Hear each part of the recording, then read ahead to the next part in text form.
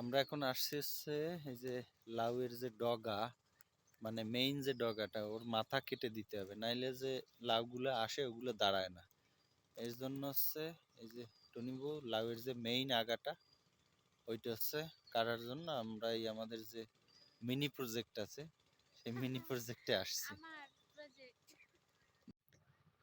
হ্যাঁ, এক এক পোষে কাটি ফেলাবা, এক পোষে কাটি ফেলো। হ্যাঁ, ঠিক আছে। আর একটা আছে ওই যে, সেটা তো এই পেজ দিয়ে না, এই পেজ দিয়ে না, তুমি ওই ওই দিয়েই যাও। হ্যাঁ হ্যাঁ, ওই জায়গা দিয়েই যাও। আর এই হচ্ছে এই যে আলু গাছ, আলু গাছও হয়েছে, মরিচ গাছের চেহারা গুলা মানে খুব সুন্দর, দেখলেই মানে প্রাণটা জুড়েই যায়, এরকম একটা অবস্থা। আর ওই হাতের ওইটা ফেলাই দিও না, ওটা হচ্ছে গরু ছাগলে খাবে। আর এই হচ্ছে আর একটা গাছ আছে, এই গাছটার মাথাও তো গরুতে খায় না।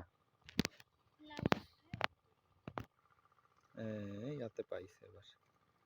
এই গাছটার এখনো মানে কম আর কি। এর হচ্ছে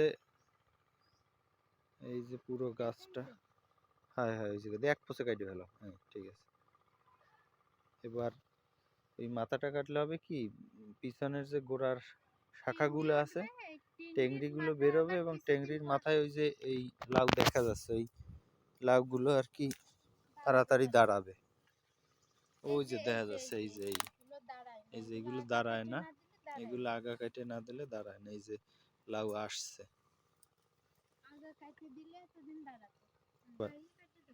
না না না, ওগুলো কাটা, ওগুলো সেকেন্ড স্টেপের না, প্রথমটা কাটছেন হয় কিছুদিন পরে কাটলে হবে।